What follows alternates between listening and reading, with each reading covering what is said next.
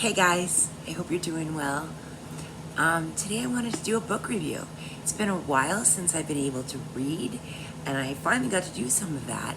And the first book I want to review is Mexican Gothic by Sylvia Moreno-Garcia. I hope I'm not butchering that. I probably am. Either way, this book, I will not butcher the review, was fantastic. I don't even know where to start. I guess I'll start from the beginning. If you like Gothic books, this one has it all. It has all those elements. You've got the spooky, scary house. You've got the ghosts in the walls. You've got the dark, foreboding, atmospheric, all of that. But you don't usually see that in a small town in the middle of Mexico, right? I mean, normally we're heading to England. This book is about a, I'd say debutante, but more like socialite, who travels to Mexico after receiving a letter from her cousin. Her cousin's name is Catalina. Her name is Naomi.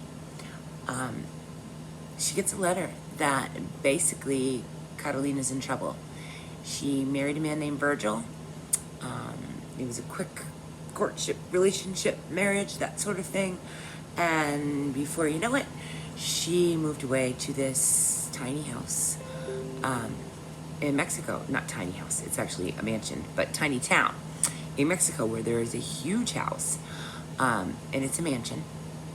And she's been living there with her husband, Virgil, and some other creepy family members. There's a grandfather named Howard. There's Virgil. There's Florence, who I want to say she's his sister. Well, she's the mother of the youngest cousin in the house named Francis. Either way, I may be getting some of those relationships wrong, but it's a really dysfunctional, screwed up dynamic with this family. So super dark, but yet what's so great about this book is that the writing that Sylvia puts into this is my first book by her, is so technically beautiful.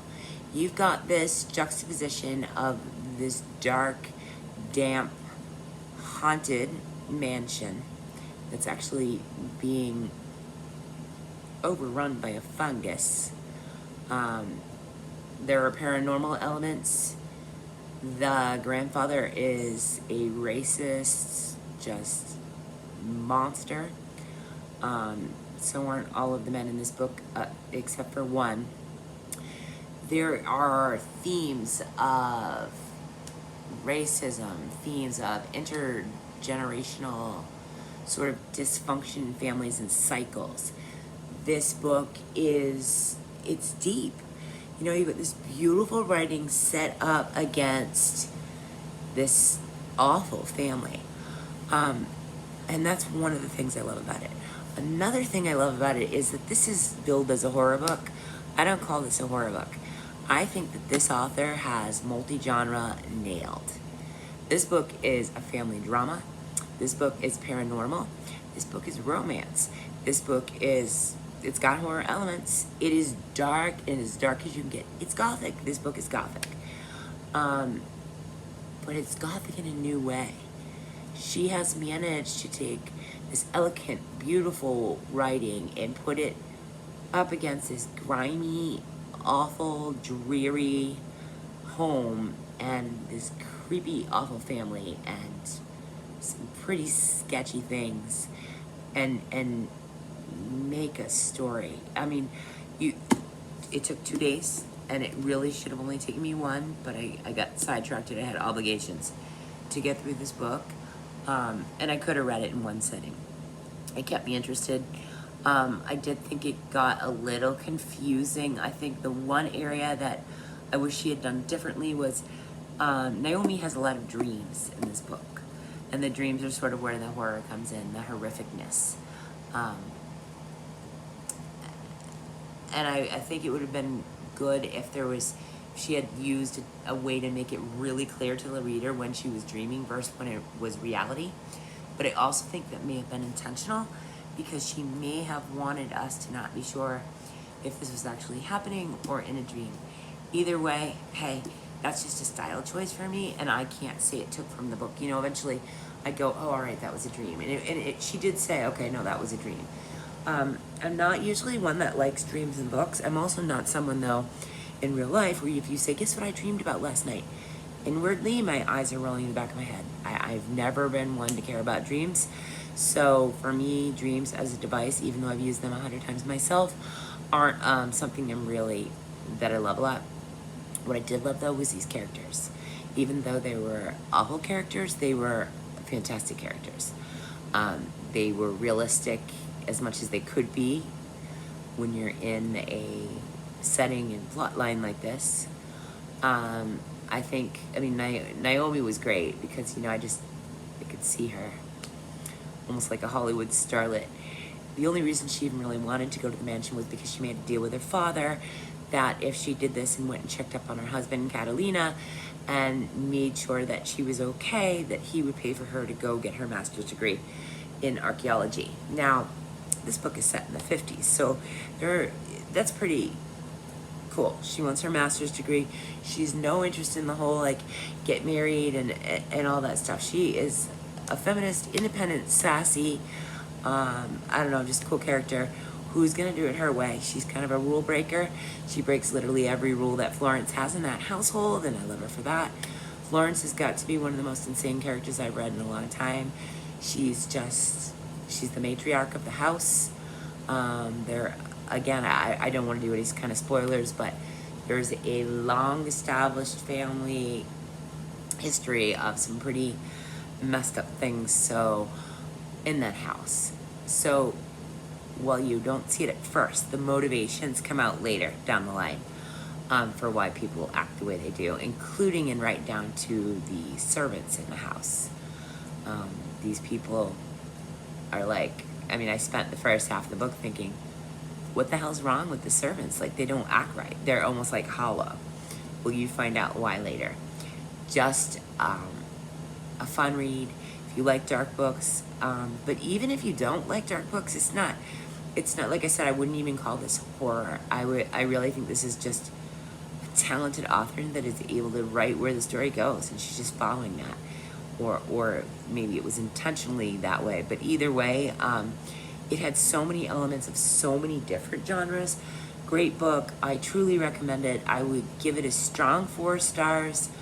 And the only reason not 5 is because I did have a couple of times where I literally had to go back and read chapters to figure out, wait a minute, I thought it was kind of easy to get lost in some of it. Not in the first half of the book. The first half of the book is very slow burn, but I tend to like that because I love strong characters. So to me, that was important that first half of the book really got us attached. I was attached. I was invested in how is her cousin going to do? Why is her cousin, who Virgil was claiming had tuberculosis, acting, she's having seizures, she's got no affect, she's acting nuts, basically. She's nothing like the girl that Naomi knew before she left to go to this house in Mexico. Again, just a great book. You guys will love it if you want to read something different, and even if it's just that you really enjoy good, strong, technically pretty writing, this is it. This book has it. My next review, I got it right behind me. Clearly, I got my Book of the Month subscription this month. Will be The Shadows. I'm already halfway through this one. Completely different style writing, but I don't know. It's been great reading again. I'm going to start doing reviews often just because it will encourage me to keep reading. I've missed reading, and I find that when I'm trying to get my wheels spinning and moving into a different direction with writing myself, I love to read because it kind of, this is what I want to do, this isn't what I want to do. This book is written in third person. I will never write in third person. I just can't do it well. I've done it, but I don't like how it turns out. But I absolutely admire and appreciate that this one was. So yeah, that's my thoughts on this book. Strong 4 stars. I totally recommend it.